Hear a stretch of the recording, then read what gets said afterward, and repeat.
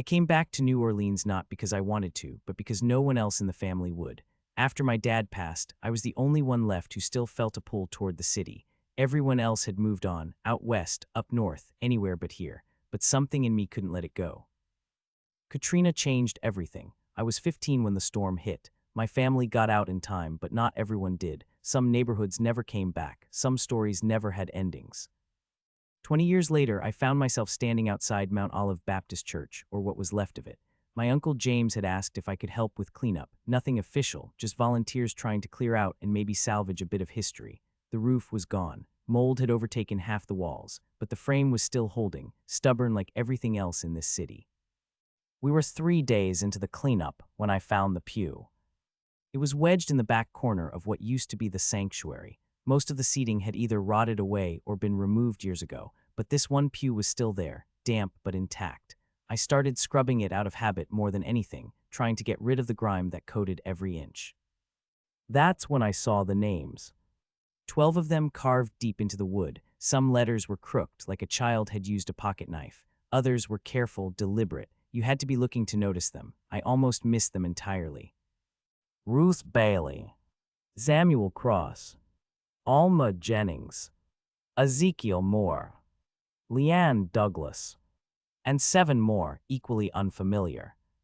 I called James over. He stared at the names for a long time without saying anything. Then he exhaled and said, "They were the choir."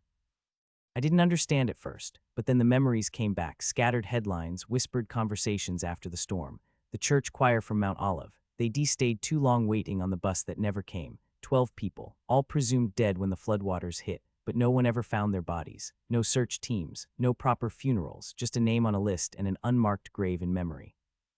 I asked, "How long has this pew been here?" James shrugged. "Since before the storm. No one ever touched it." That stuck with me because if this pew had been submerged, tossed around in 6 feet of water, these carvings shouldn't still be visible. But that wasn't the point. The point was that someone at some point, before the levees broke or maybe just before the water came, had carved those names. A quiet record of 12 people who didn't make it out. And somehow no one ever noticed. That night I couldn't stop thinking about it, not because it was eerie, but because it was so ordinary, so human. This wasn't a mystery to be solved. It was a memory waiting to be remembered. We let them disappear, not by force, not by malice, just by the noise of everything else. By the disaster, the chaos, the politics. Their names got swallowed in the mess of it all. But someone tried to leave a mark. The next morning I went back with a notebook and traced each name by hand. I didn't know what I was looking for yet, but I knew I couldn't walk away. I had to learn who they were, where they sang, who they left behind. Because 20 years is a long time to be forgotten. And maybe this is how remembering starts. The morning after I found the names carved into the pew, I drove into the city with a notebook in the passenger seat and a question that wouldn't leave my mind. Why was no one ever held accountable for their disappearance? 12 people don't just vanish without someone noticing. Even in the chaos of Katrina, that kind of absence leaves a trace, a report, a phone call, a body, something. But according to the news archives I pulled up later that week, Mount Olive Baptist Choir was barely a footnote in the larger disaster. A local paper had mentioned the church by name, noting it had suffered irreparable flood damage, and then nothing. No list of casualties, no official count, just silence. I started with the most unusual name on the pew, Ezekiel Moore. That kind of name sticks with you. I searched public death records, nothing definitive, just a few scattered mentions across the South, one in Houston, another in Mobile, but the timelines didn't match. Then I tried something else. I looked for choir rosters, church bulletins, anything that might have listed his name. That's when I found it, a digital scan of a Mount Olive program from July 2005, uploaded to an old Baptist community blog that hadn't been updated since 2011. There it was, a youth choir event. Ezekiel Moore, age 17, listed under lead tenor. 17. He was a kid. I don't know why that shook me. I guess I had been imagining adults, older voices, seasoned churchgoers, but this changed the picture entirely. If Ezekiel was 17, then it's possible others were teenagers too, maybe even younger. And if that was true, then this wasn't just a forgotten group of worshipers, this was a group of kids, young people who never had a chance to grow up. It made me angry in a quiet way, the kind of anger that doesn't burn hot, just sits in your chest like a weight. I drove back out to the lower ninth to find someone who might remember him. The area had changed. A lot of houses were still vacant, others rebuilt from scratch. Mount Olive itself looked no different, hollowed out, scorched at the edges from an electrical fire that must have happened years ago. Across the street, a woman sat on a folding chair beneath a porch fan, snapping green beans into a bowl. I introduced myself, told her I was looking into the old church. Her name was Gloria Davis. She had lived on that street since 1981. When I mentioned Ezekiel Moore, her hands stopped. I remember him, she said after a pause. Skinny boy, sang like he was born for it, always wore his shirt tucked in, even when he didn't need to. Did you know what happened to him during the storm? She shook her head slowly. All I know is they were supposed to leave that Thursday. Pastor said the church bus was coming, but no one came. That whole group stayed waiting. Some folks said they got picked up later. Others said they tried to walk out. Truth is, no one knows. I asked if anyone ever came around asking questions. Reporters, cops, anyone. She just looked at me and said, "You're the first." That stuck with me. We talk a lot about how Katrina changed everything, but sometimes it's the stories that didn't get told that say the most. Stories that fell through the cracks because the system was too overwhelmed or too indifferent to notice. I took a photo of the pew before I left the church that evening. Each name, worn but clear, 12 stories I knew almost nothing about. But now I had a first lead, Ezekiel Moore, 17, choir tenor, and someone who remembered him not as a victim but as a person. Next, I'd try to find his family. Someone must have been waiting for him after the storm, maybe still is. And if they were still out there, they deserved to know what I found. By the end of the week, I had 3 leads and a growing list of dead phone numbers. Ezekiel Moore wasn't in any national missing persons database. His name appeared once in a local school board memo from 2004, listed as a student at Joseph S. Clark High School. That was something, a trace. I visited the school, which had been converted into a charter campus after the storm. A security guard pointed me to a back office where old yearbooks and paperwork had been stored. The secretary, a woman in her 50s named Mrs. Lott, let me thumb through the 2005 book. And there he was. Page 42, Choir Club, 3rd row from the top. Ezekiel Moore, light-skinned, narrow face, buzz cut, standing next to 2 girls, both smiling like they were laughing at something just before the photo was taken. I stared at it longer than I should have. Is he one of the kids from Mount Olive? Mrs. Lott asked, peeking over my shoulder. You remember them? Of course I do. Everyone who worked in education around here did. That choir was like family to each other, broke this whole community when they went missing. I asked if she remembered anything about Ezekiel's parents. She paused. His mother, Lena Moore, worked at a dry cleaner on Claiborne Avenue, never moved away, said she was staying in case he ever came home. The weight of that sentence sat in my chest the whole drive across town. The dry cleaner was still there, barely. The sign was faded, half the windows were covered in cardboard, but the lights were on. Inside, a short woman with streaks of gray in her tight curls stood behind the counter, folding shirts with worn hands. I introduced myself carefully, not wanting to alarm her. She narrowed her eyes when I said Ezekiel's name. I'm not here to stir anything up, I told her. I'm just trying to understand what happened. I found something at Mount Olive, your son's name, carved into a pew. Her hands froze mid-fold. I know that pew, she said. Her voice wasn't sharp, just tired. I carved his name into it myself. I didn't speak. I didn't know what to say. She went on. A year after the storm. Church was still standing, barely. I went in with a key I had from Pastor Franklin. Just wanted to sit in the place one more time. Didn't know what else to do. I thought maybe if I wrote his name, he wouldn't be lost anymore. I asked if anyone ever contacted her. Police, reporters, anyone. She shook her head. Once someone from FEMA called, asked if I had proof he was in the choir. I mailed them a program from the last concert they sang. Never heard back. She opened a drawer behind the counter and pulled out a plastic folder. Inside were laminated photos, flyers, his school ID. She showed me a short handwritten note Ezekiel had left on the kitchen table in 2005, the day before the storm. Don't worry, Mama, I'll be back by Monday. Loves you. I asked her if I could scan the photos and take copies of the program. She nodded. If someone's finally paying attention, you can take whatever you need. As I stepped outside, the air felt heavier than usual. It wasn't the heat, it was the weight of what had been left behind for so long. For years, Lena Moore waited, not for a miracle, not for closure, but for someone to care enough to remember. I knew this was bigger than I thought. This wasn't just about one boy. It was about 12 lives, a community, and an entire system that failed them and then forgot them. But now I had a second name that mattered. Lena Moore. Not just a grieving mother, a witness, a living record, and the only reason anyone might ever know the truth. I spent the weekend digging through public records, and what I found wasn't a conspiracy, it was worse. It was neglect. In the early days after Hurricane Katrina, city departments were overwhelmed. Entire databases had gone offline, some never restored. Evacuation plans were updated weekly, then discarded. But one thing was consistent in every emergency protocol I reviewed: churches were designated as evacuation staging points. Mount Olive Baptist was listed on page 17 of a City of New Orleans Office of Emergency Preparedness document dated August 24, 2005, just 3 days before the storm hit. It was categorized as Priority Group C, low population, low access. That meant they were scheduled for transport after high-density zones like nursing homes and public housing towers. I followed that lead to the Department of Transportation and Development, hoping to find bus dispatch logs. That's when I hit a wall. Most of the logs from that weekend were missing. Literally missing. I filed a public records request, and the clerk told me, "We only have confirmed pickup data for active shelters and major routes." Some paper logs from the East Bank storage facility were lost in the flooding.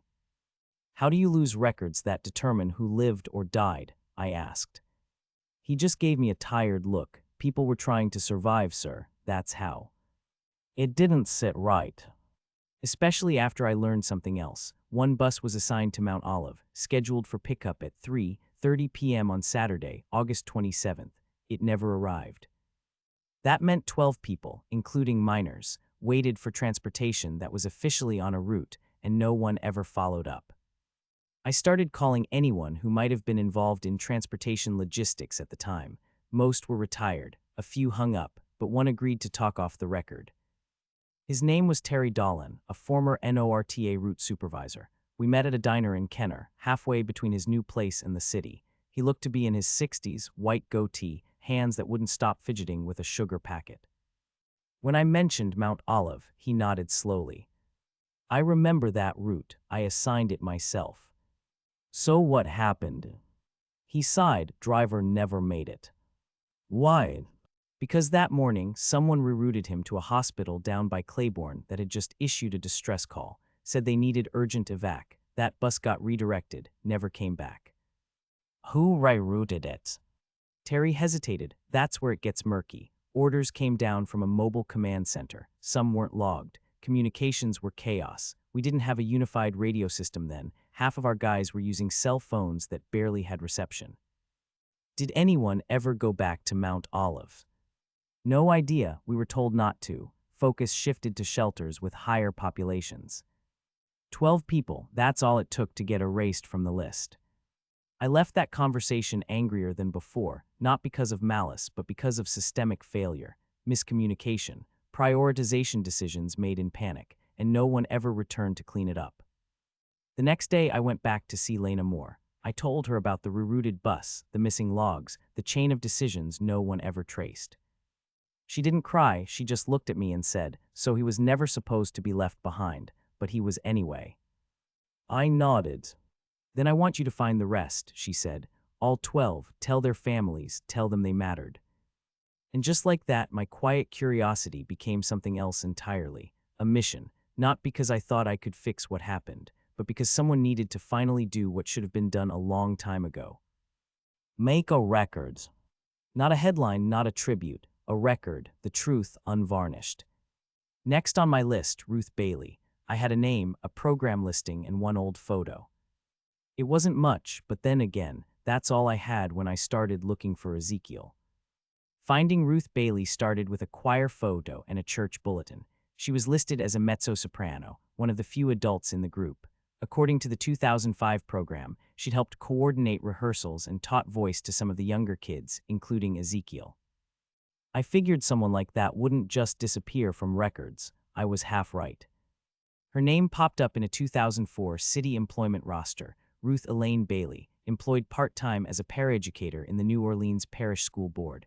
No address listed. No phone number either. Just a departmental assignment to Dr. King Charter School in the Upper Ninth.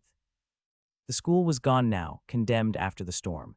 In its place stood a new community center built with recovery funds, its exterior clean and unscarred by what had come before.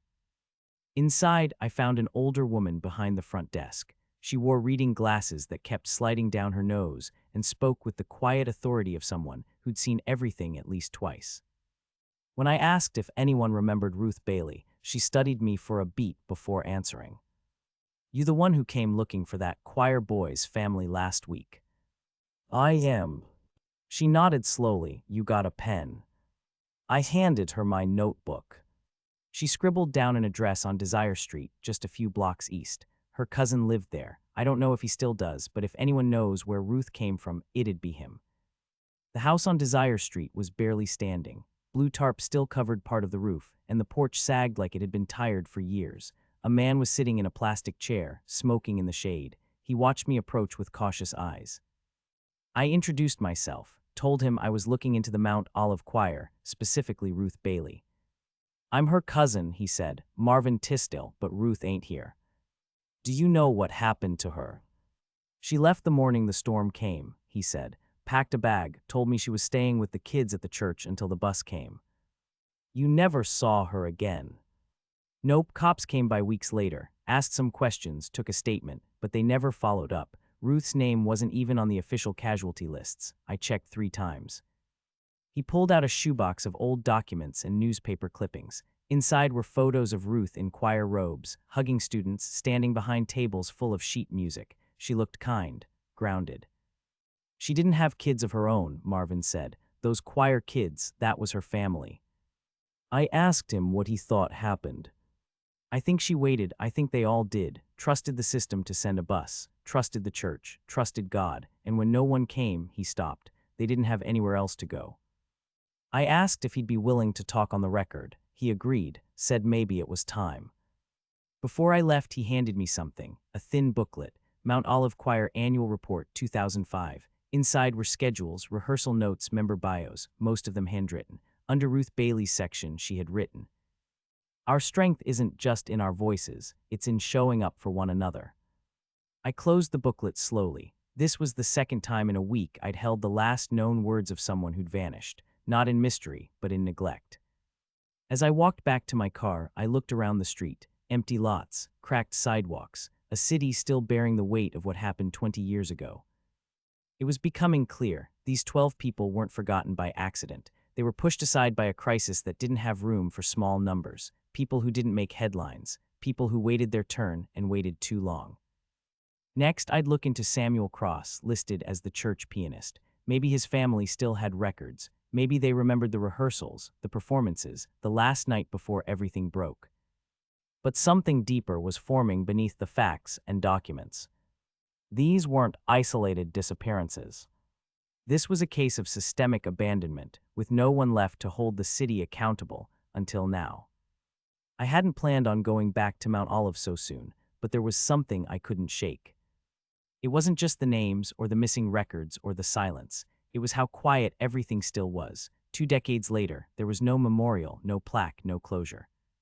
And people like Ruth Bailey, Ezekiel Moore, and their families, they'd been left to shoulder it alone.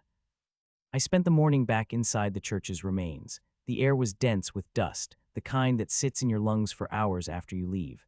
I walked past the carved pew, still exactly as I'd left it, and made my way toward what had once been the church office. Most of the filing cabinets had rusted shut, but in the bottom drawer of a warped wooden desk, I found a water-damaged binder wrapped in what used to be a plastic bag. It was labeled in blue ink, Emergency Planning, Choir Youth Ministry. Inside were a few smudged pages, schedules, contact trees, copies of printed emails. One caught my eye, a printed message titled, "Ray Evacuation Update, Choir Group / Mount Olive. August 26, 2005, 9:11 a.m. From Pastor Benjamin Franklin. To Robert Henley, City Evac Ops Coordination. CC NOLA Gov Emergency Transit. Good morning. The Mount Olive Choir will remain at the church until our scheduled bus arrives Saturday. The group includes 10 minors and 2 adult chaperones. Please confirm arrival time and contingency procedure. If no transport arrives by 4 p.m., we have no private vehicles and cannot house overnight. Phone lines are already intermittent. Please advise ASAP, Pastor Franklin. There was no reply printed beneath it.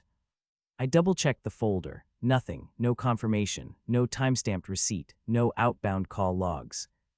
This was more than negligence. It was unanswered responsibility.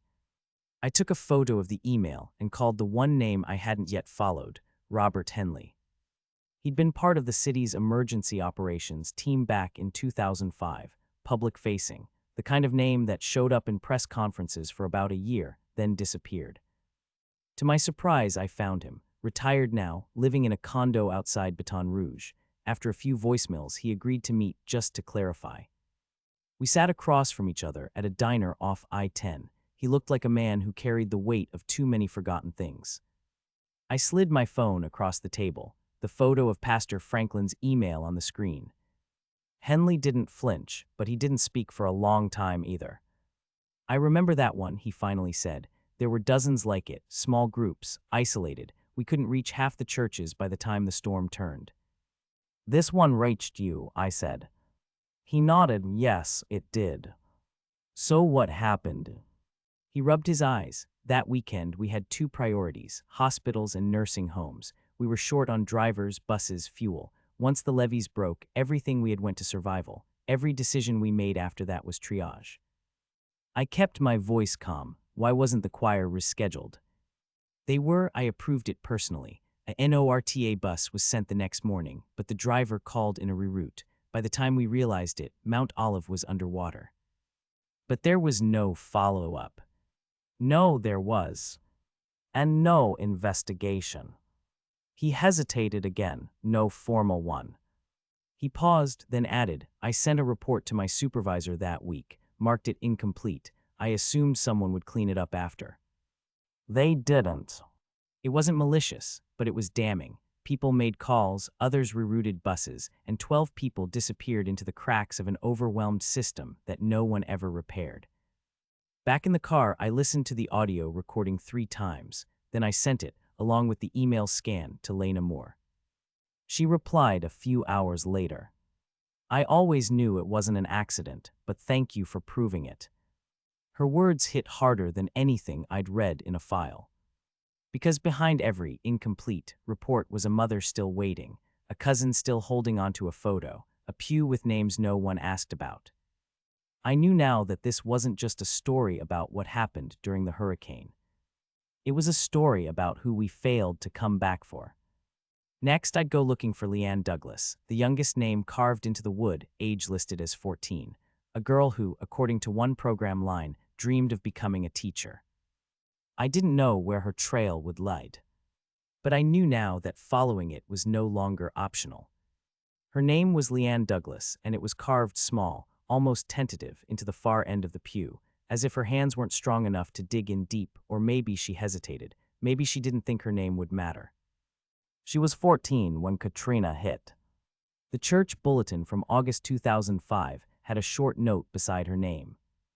Leanne, brilliant in school, sings from the stomach, wants to be a teacher someday. I started where I had with the others, public school records. She had been enrolled at Frederick Douglass High, just a few blocks north of Mount Olive, in the 9th grade. Class rosters from 2005 confirmed her enrollment. That led me to her listed home address on Press Street, right on the border of the Bywater neighborhood. The house was gone. A concrete slab sat where it once stood, with a vacant lot next door overtaken by wild growth. But a neighbor still lived there, an older man named Warren Tate, who remembered the Douglas family well. Mother and daughter, that's all there was, he told me, sitting on a lawn chair beneath a rusted awning. Sweet kid, the kind who brought groceries inside without being asked. Her mama Denise worked nights at the refinery. I asked if he remembered them leaving before the storm. He shook his head slowly. Denise was working a double. Leanne went to the church for choir practice that Friday and never came back. And her mother. She looked for her for years, son. I mean years. Went to the police, FEMA, the Red Cross. She posted flyers long after most people stopped looking. Then in '08, she moved to Houston, said she couldn't live in a city that didn't care whether her daughter lived or died.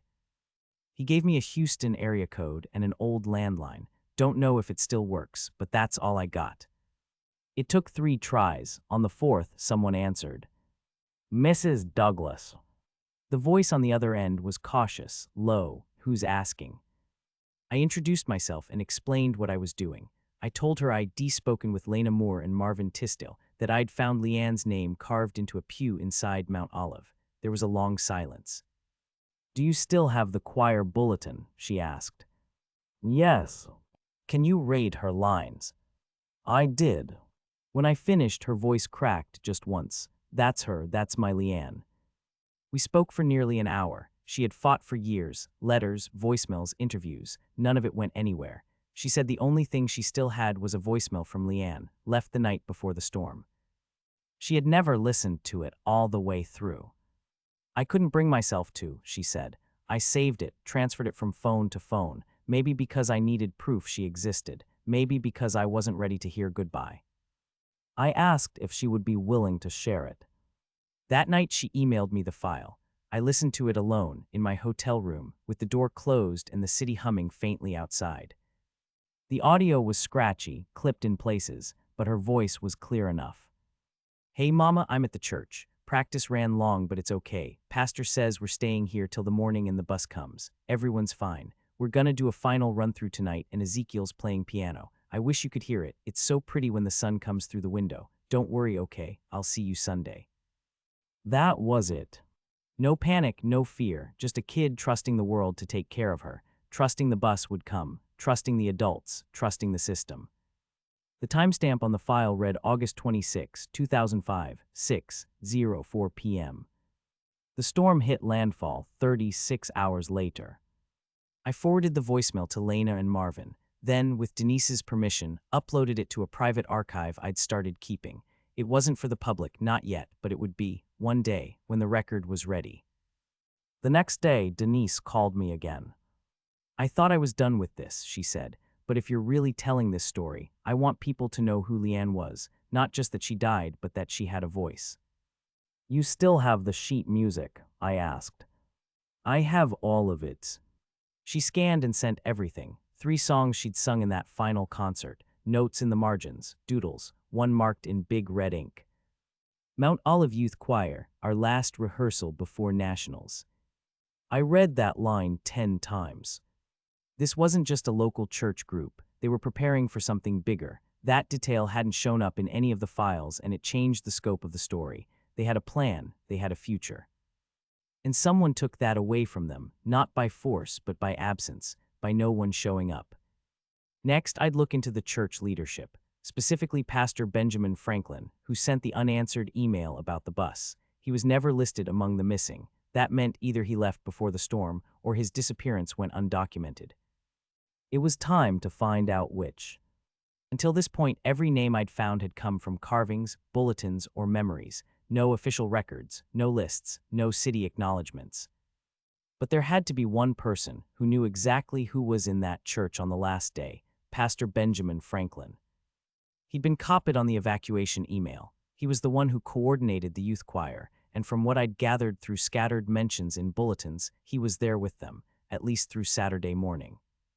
But unlike the others, his name was never listed among the presumed dead. That stood out. I started by looking for survivors. City death records had no entry for him, no obituary, no church closure notice, just a silence, one that felt more intentional than forgotten. Then I found a lead through the Louisiana Baptists Convention archives. An old administrative update listed Rev. Benjamin Franklin, Mount Olive Baptist, New Orleans, through September 2005. A double asterisk appeared next to his name. I followed the asterisk to a footnote. Transferred to inactive clergy status, relocation, Atlanta, GA. That stopped me cold. It meant Pastor Franklin left after the storm, without any public explanation. That someone somewhere had signed off on his relocation, while the families of 12 choir members were still searching for answers. I made some calls. It took 2 days and the reluctant help of a retired administrator, but I finally tracked him down, Reverend Benjamin Franklin, age 66, living in a modest one-story home outside Decatur, Georgia. The current listing described him as semi-retired, not active in parish leadership. I flew to Atlanta the next morning. He answered the door himself, thinner than I expected, neatly dressed, the kind of man who still tucked in his shirt even when no one was looking. I introduced myself, told him why I came. His expression didn't change, but he didn't close the door either. He invited me in. The living room was simple, crosses on the walls, a bookshelf of theology texts, framed photos of church groups from years past. "I've been waiting for this visit for a long time," he said. I didn't speak right away. He continued, "You found the pew." I nodded. "I carved their names," he said, sitting down slowly. "The parents were asking for closure, and no one was giving them any. I couldn't give them bodies, couldn't give them burials, so I gave them something permanent." I asked him why he left without telling anyone. "I didn't leave," he said. "I was pulled out." He told me that after the waters receded, he was one of only 2 adults rescued from the building's second level by a Coast Guard boat. The others, choir members, kids, volunteers, had already moved to the lower floor when the water came in through the back windows. They told me to wait on the roof, said they'd send a second boat for the rest. It never came. And no one followed up. No one wanted to, they were overloaded. When I started asking too many questions, the church council in Baton Rouge told me I needed to step back. They said if I made noise, people would blame me. Did they? He nodded. Some did, some still do. I asked if he had anything from those final hours, records, notes, anything. He hesitated, then stood up and disappeared into the back room. When he returned, he was holding a leather-bound notebook, edges warped, pages yellowed. "This was the choir attendance book," he said. "I used it for every rehearsal, every trip, every evacuation drill." He handed it to me. Inside were 13 names. Not 12. The 12th was the last choir member I hadn't yet traced. Elijah Carter, age 19, listed as bass new member. The 13th name scrawled at the bottom in a different color ink was Pastor present.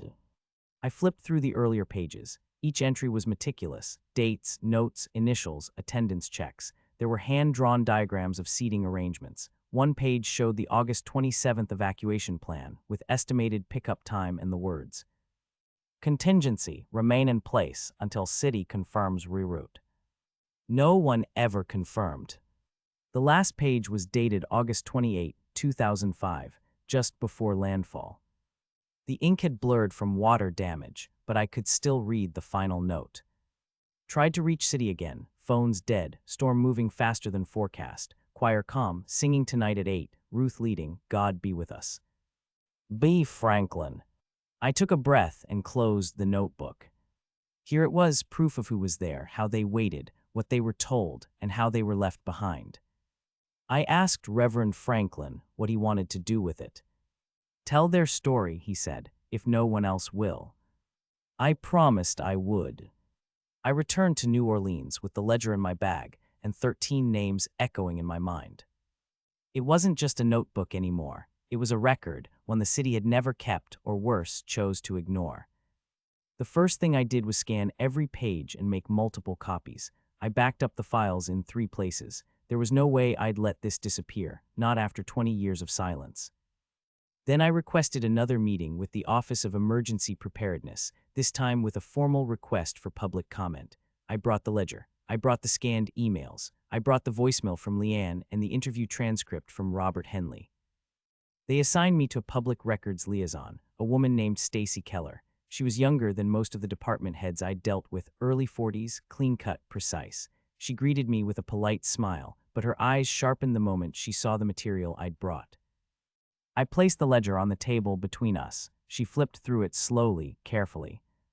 "You're saying this notebook documents the full choir group that perished at Mount Olive?" she asked. "I'm not saying it. The pastor did, in his own hand. He was there. The city knew about the evacuation plan. The bus was rerouted. The choir was never picked up." She said nothing for a few seconds. Then she turned her laptop toward me. On the screen was a spreadsheet titled Hurricane Katrina, casualty reports by Ward final. The file was dated March 2006. I scanned the columns quickly. Name, age, ward, death certificate number, verified by coroner. Mount Olive Baptist Church was in the lower 9th ward.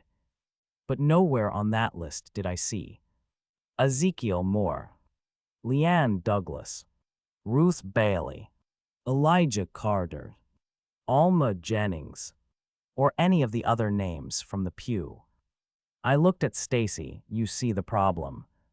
She nodded slowly. These names were never submitted for coroner verification, she said, which means no death certificate, no public record, no FEMA support, no memorial. And no accountability. She glanced down at the pastor's final entry again, the line about Ruth leading the choir in a final song. Where did you get this? She asked. From Reverend Franklin. He survived. Her eyes widened slightly. He's alive. Yes, and he says the city pulled him out but left the rest behind. She closed the laptop. This should have been reviewed years ago. Then review it now. The next week I received an email. The city had opened a preliminary internal review of the Mount Olive choir omission from official Katrina fatality counts. They wanted formal statements from surviving family members, photos, documents, recordings. I contacted every family I'd spoken to so far. Lena Moore, Denise Douglas, Marvin Tisdale. I even tracked down Alma Jennings' sister in Baton Rouge. They were cautious, guarded. They'd been let down before, but one by one they agreed. Because now there was something none of them had before, a paper trail. But the review didn't stay quiet for long.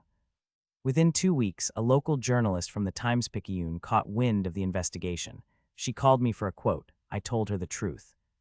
12 young voices were lost, and no one ever wrote them down. This is not about reopening wounds. It's about giving these families something they were denied, a record, a name, a moment of public recognition. The story went live under the headline, Choir Lost in Katrina, 13 names left off the city's death count until now. The article went viral within hours. Suddenly, I was getting calls from people I hadn't expected, lawyers, city officials, advocacy groups. But more importantly, I was getting calls from people who remembered the choir, former classmates, neighbors, old teachers. One voicemail came from a retired choir director in Shreveport who had judged Mount Olive's last regional performance in 2005. She still remembered Ezekiel's solo, said it gave her chills. They didn't just disappear, she told me. They lived, they sang, and they mattered. I wrote that quote down and saved it.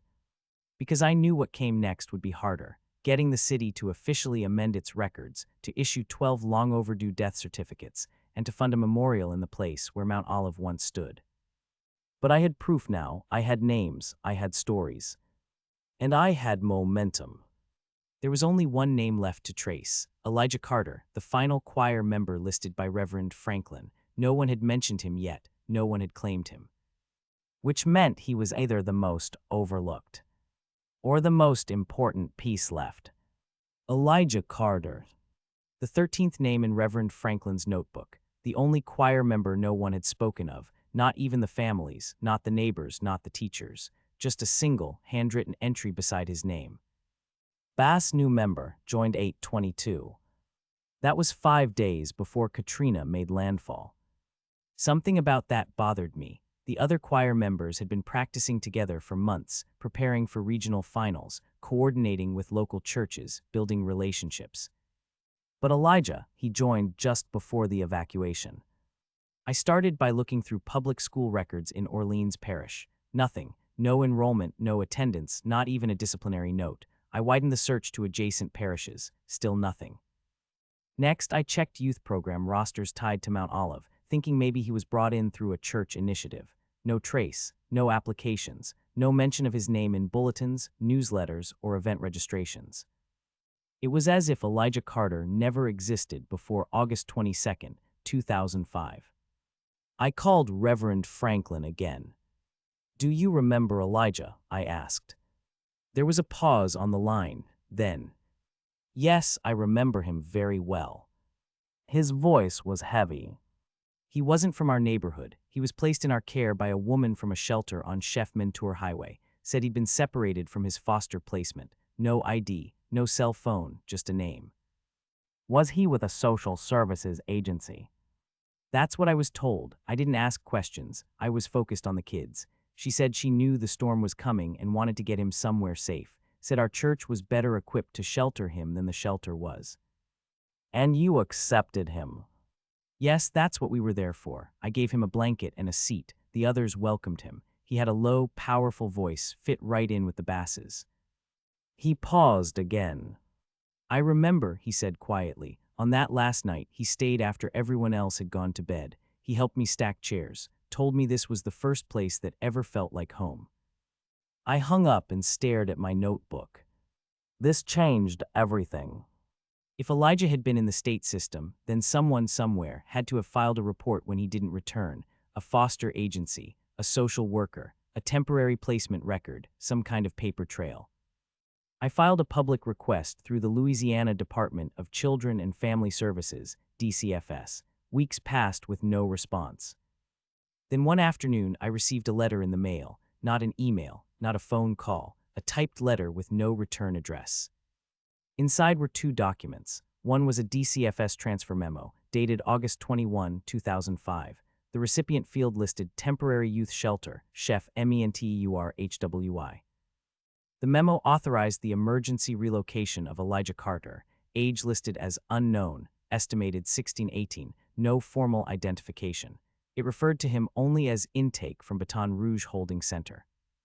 The second document was a handwritten intake form, barely legible, scanned. At the bottom, under comments, someone had scribbled. Quiet, doesn't speak much, says name is Elijah Carter. No records under that name found in Baton Rouge or NOLA system. That meant Elijah may not have been in the system at all. He might have been a runaway. Maybe abandoned, maybe lost in the shuffle between shelters, maybe never reported missing because no one knew he was gone. But the intake form proved one thing: he was real, and he was placed in Mount Olive's care just before the storm. I called DCFS, referencing the transfer memo. The clerk told me off the record. We lost dozens of minors in 2005 who had no guardian, no files. Some never even had last names. If Carter wasn't in a formal placement, he wouldn't have been flagged in missing persons. What happens then? They fall through. Elijah fell through. He had no birth certificate, no listed parents, no known address, just a name he gave and a voice that carried into the choir for a few brief nights. I reached out to the journalist at the Times-Picayune, told her I was ready to go public with the full list, including Elijah. He was one of them, I said. He might have been forgotten by the system, but he wasn't forgotten by the choir. The next day, the paper published an update. Choir of 13, one name was nearly lost forever. Elijah Carter was never on the city's radar until a ledger proved he sang in Mount Olive's final rehearsal. And just like that, the ledger mattered more than ever. It didn't just memorialize the forgotten, it protected the invisible. With all 13 names now verified through first-hand accounts, state memos, and community testimony, the case for official recognition became undeniable. The City Council scheduled a vote on a proposal to formally amend the Katrina fatality records to include all 13 names, something no one had done in 2 decades. I watched the announcement from the back row of the chamber, the ledger in my hands. When the motion passed unanimously, I didn't clap, I didn't stand. I just opened the notebook, and under Elijah Carter's name, I wrote one word. Accounted. The news cycle moved fast. By the end of the week, the Mount Olive Choir story had been picked up by national outlets. CNN, The Atlantic, even NPR ran segments highlighting the quiet tragedy of 13 names left out of official history and the long path it took to bring them back. A citywide memorial was approved, set to be held on the 20-year anniversary of Katrina's landfall. The plan was to install a commemorative sculpture on the original site of Mount Olive Baptist, with each of the 13 names engraved on steel plates, placed along a curved bench facing east, toward the river, toward memory. For the families, it was long overdue. But with visibility came something I wasn't prepared for: resistance. At first it came subtly, a voicemail here, a missed call from a blocked number, then an email, anonymous, no greeting, just a single sentence. There are reasons these details were kept off the record. Let them rest. I ignored it, the kind of noise you expect when a story touches nerves. But then a man named Gerald Du Bois requested a meeting. He introduced himself as a consultant for state emergency protocols, retired, worked for the governor's office during the Katrina years, said he wanted to offer some context. We met in a cafe in mid-city. He was in his early 70s, dressed like a man who'd never stopped attending meetings, starched shirt, binder under his arm, calm voice. He congratulated me on the research. Then he slid a folder across the table. Inside were redacted evacuation logs and an internal memo dated September 14, 2005, 2 weeks after the flood. The memo had been circulated among city and state emergency response teams, and it referenced Mount Olive directly. Note, the incident involving the youth choir group at Mount Olive is classified as unconfirmed casualty cluster, pending final identification. Recommend excluding from central fatality reports to avoid public scrutiny over bus reroute error and interagency miscommunication. There it was, in writing. A decision to exclude the choir, not because of uncertainty, not because of lack of proof, but to protect those responsible for the evacuation failure. I looked at Du Bois. Why are you showing me this? Because people are starting to ask questions, he said calmly, not just about the choir, but about who made the decisions that led to their deaths. That memo was never meant to be public. But it exists. Yes, he said, and it implicates people still active in government today. I asked him if he wanted me to suppress it. He didn't answer right away. Instead, he said, "You've done something important. You gave those families peace. Don't ruin it by chasing a scandal that will only hurt people trying to move forward." I closed the folder slowly. He stood. Sometimes the truth causes more harm than good. But he was wrong. Because this wasn't just a failure of logistics. It was a decision, a deliberate act to bury the evidence of a system too overwhelmed and too proud to admit it failed children. When he left, I made one phone call to the journalist at the Times-Picayune. I told her I had the memo. I told her what it meant. She didn't even hesitate. "Scan everything," she said, "and send it now." The next day, the headline read, "State memo confirms choir deaths were buried to protect agencies." Mount Olive tragedy was not forgotten. It was intentionally silenced, documents show. The city issued a statement within 48 hours, an official apology, a promise to include the memo in a public archive, a review of all unaccounted Katrina casualties flagged for possible suppression. The memorial ceremony moved forward as planned, but the tone had changed. It was no longer just a moment of remembrance, it had become a reckoning. At the dedication, I stood at the back again, notebook in hand. I watched Denise Douglas touch her daughter's name engraved in steel. Lena Moore placed a small photo of Ezekiel beneath a bouquet of white lilies. They didn't need to speak. The city had spoken for them now. As I turned to leave, someone tapped my shoulder, a younger man, late 20s, nervous. "You're the one who found them, right?" he asked. I nodded.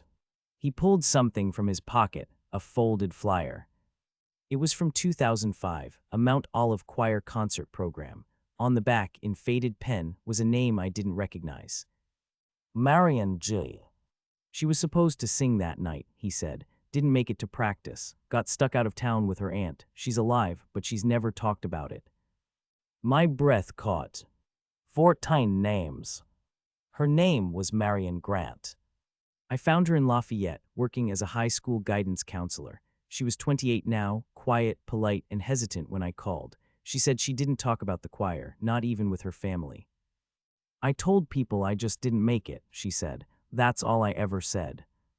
But after she saw the memorial on the news, the names, the flowers, the songs, she called back. We met at a coffee shop near the school where she worked. She wore a simple gray sweater, her hands wrapped tight around a paper cup. I didn't record the conversation. I didn't take notes. I just listened. I was supposed to be there, she said. I was always there, every practice, every performance. We were like, I don't know, family. She looked out the window for a while before continuing. My aunt took me to Baton Rouge that Friday. Last-minute thing, health stuff. I was mad about it, begged to come back before Saturday, but the roads were already getting crazy. Mama told me to stay put. She paused. I remember calling Leanne. She was so excited, said they were singing that night even though the storm was coming. She said it was peaceful, that everyone felt safe inside.